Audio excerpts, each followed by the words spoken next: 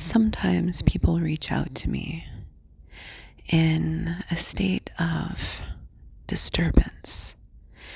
You see, our society tends to evaluate our relationship with certain activities as good or bad. And as a result, what happens is that we assign value judgments to our own behavior and other people's behavior. And this has a tendency of trapping us in duality.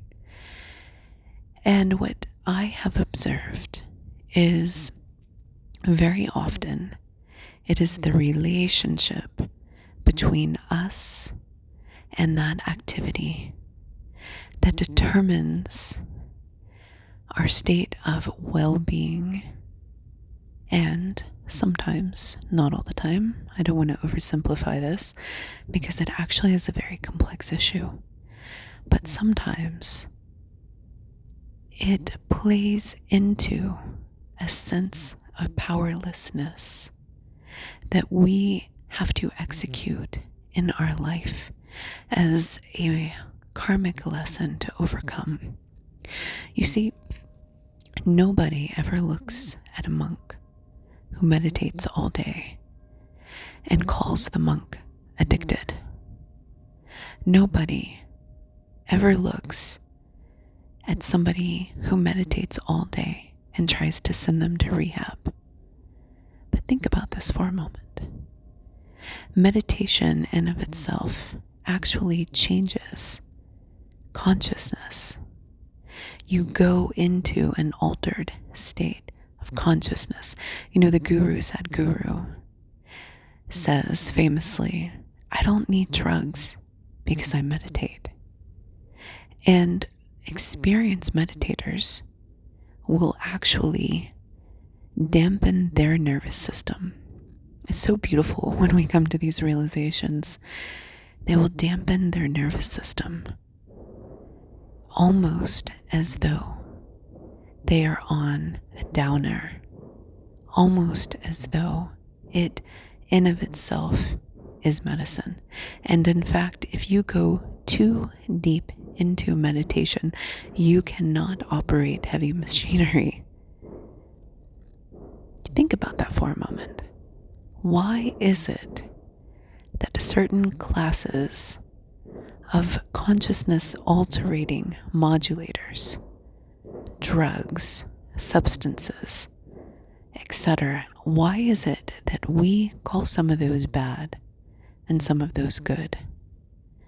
It's because our culture tells us, our subculture gives us opinions, and because we are social creatures, what ends up happening is that we internalize these opinions and judgments. And so, for example, like I remember when I was in graduate school, drinking and studying was a really big thing. It was like a hobby. And also I was on the East Coast in Washington, D.C., and it's kind of also a thing, getting a happy hour, and a lot of people don't drive there versus some other places in the suburbs. You know, it's not as common because the lifestyle that people have, it's not so easy to just like grab a drink. And so as a result, getting drunk and studying for exams was a socially acceptable activity.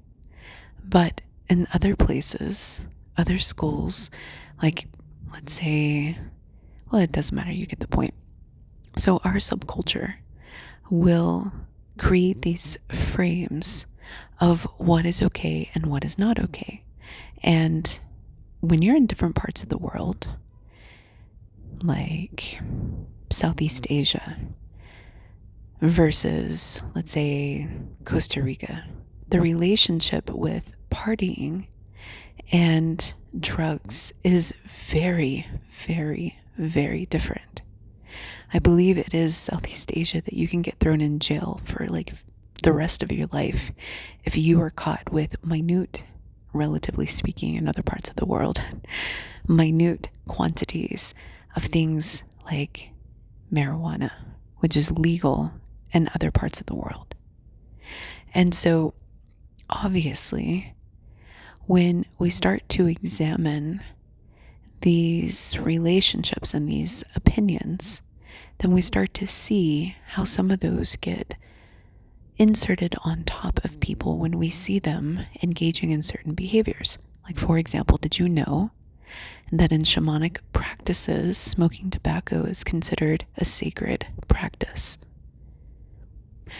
But a lot of people don't differentiate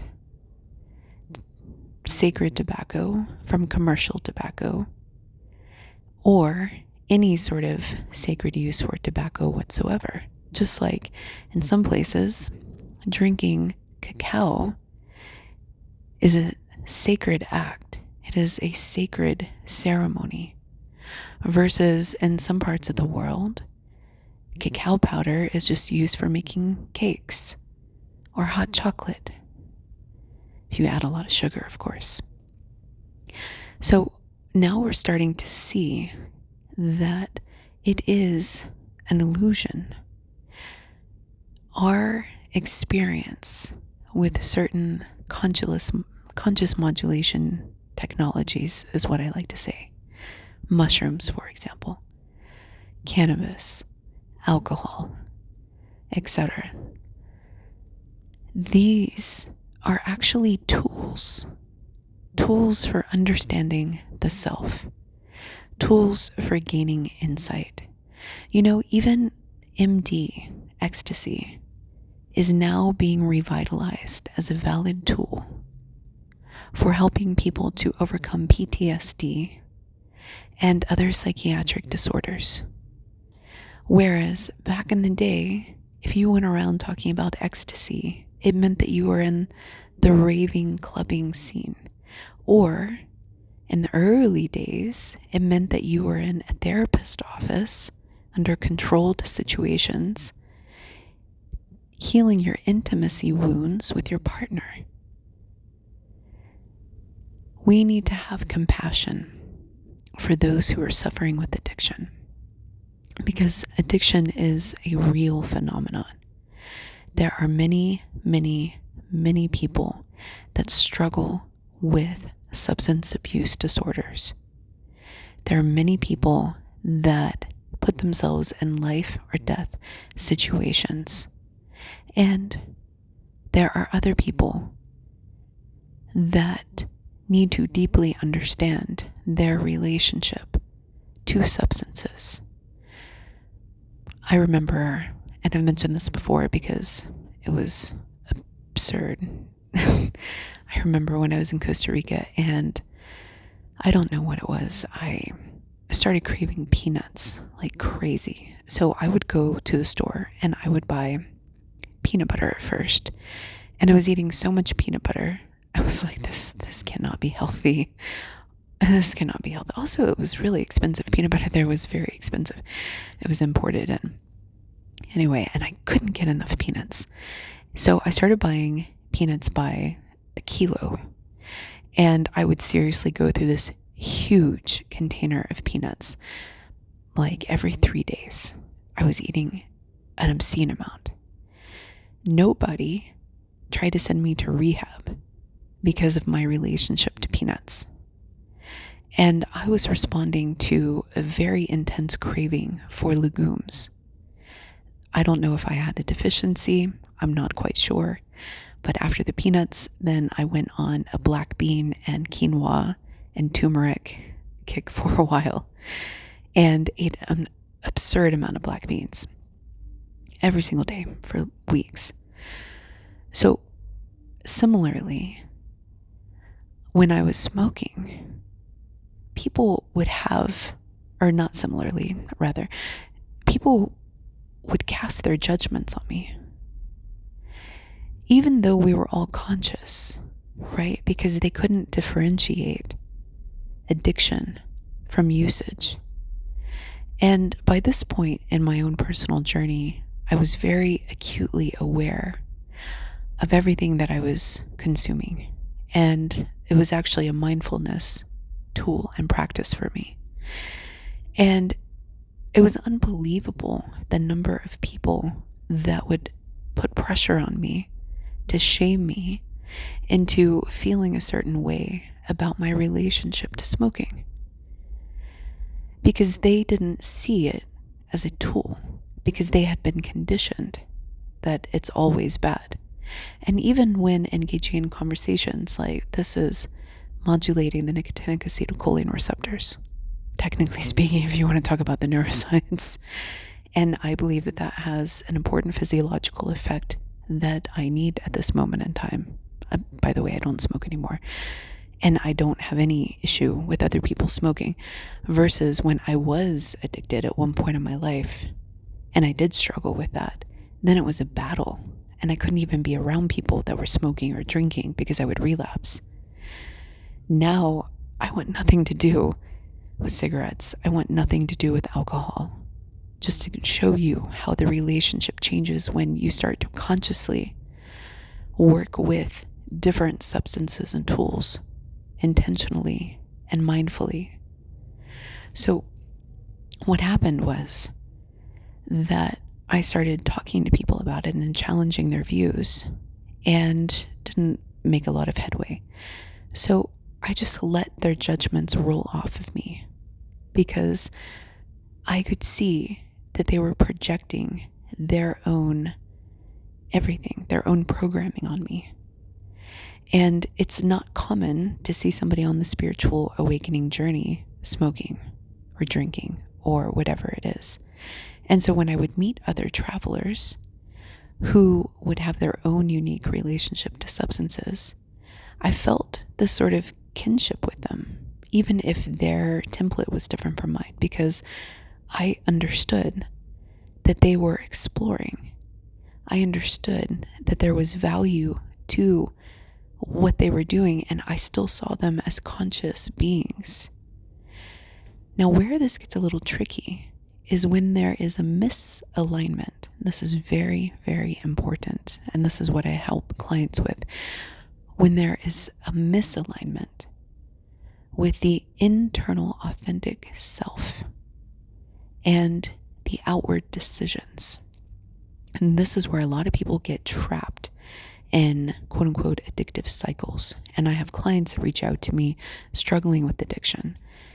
And a lot of them, not all of them, but a lot of them suffer from this false self that covers their authentic self. And so what needs to happen in situations like this is that we need to let first the judgment go and the criticism go. And second, we need to explore who is trying to speak and let the authentic self come out. And when done properly, we can actually unlock the puzzle and crack the code of what that particular substance and behavior is doing for you. And you might be surprised. You know, some common patterns that I see in others is that there's almost a intensity to the self that they don't know how to manage. And so as a result, like an intensity of emotions, an intensity of a feeling, or intensity of personality, or sometimes even wanting to control, and intensity of sometimes it's aggression or anger. And so what happens is that they cage that person, and that caging of the person creates this, it's its own sort of suffering, like they need to stretch. And so then they'll start using a particular substance, and I've seen a variety of different ones related to this effect, and then that lets whoever is caged out. And there's this relief, like, oh, I can finally let my hair down. I like 9 to 5, I like keep my hair up, and I have to smile all the time, and I'm actually, I'm an introvert. I don't really like people, and I have to be on all the time. What does that mean? I have to be on. It means that you're not actually being yourself. And so as a result, there's this, finally, I can come out. Oh man, let that day just wash over me. Alternatively, there are some people that lock themselves up and need to lock themselves up. And so then they use substances to ensure that that person inside is really locked up, but there's still a misalignment. Like I knew somebody who kept themselves so sedated. They smoked heavy pot all the time. And I didn't understand until I saw them without and going through the withdrawal process who they really were inside. Because who they really were hadn't done the personal work, and they knew that, and they knew how destructive that person was. So they literally sedated themselves to the nth degree to make sure that they kept that person in check. That's where addiction can be a little pathological. They also had a sex addiction. That's where it can be a little pathological, because what happens is that you bypass the work and then you create false relationships, and then you can never be without the substance, because then people see the true you. And yes, they do run, like we can pretend like, oh yeah, no, and rightfully so, because you can't even deal with yourself, right? You have to keep yourself under lock and key. So, that's somebody who really needs to do a lot of shadow work. And I'm not even sure I would take a client like that, just FYI, in case you're one of those, because it's intense. It's really, the work very often is very intense.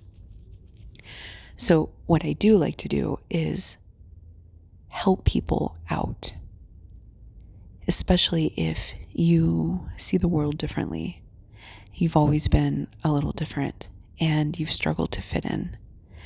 And as a result, there are hidden parts of yourself that are buried away.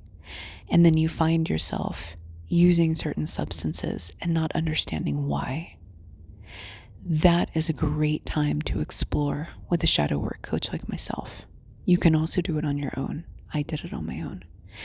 And what you want to do is you want to create a safe space where you can actually, before you go deep in, you can actually consciously and with the highest amount of mindfulness that you can muster, use that substance and journal, explore, sing, dance, cry, feel, make art. This is one of my favorite recommendations.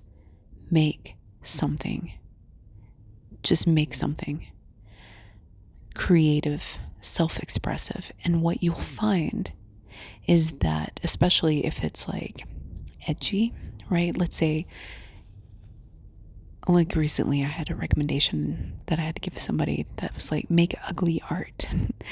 And the reason is because sometimes we are conditioned to believe that our creative works should look like one thing, but we actually have a gift inside yearning to come out that we suppress because we're like, oh, it doesn't fit into the norm.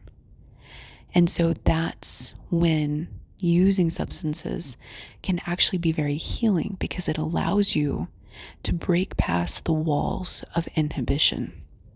Now, when it comes to things like sex, this is a little more complicated and probably deserves its own episode altogether.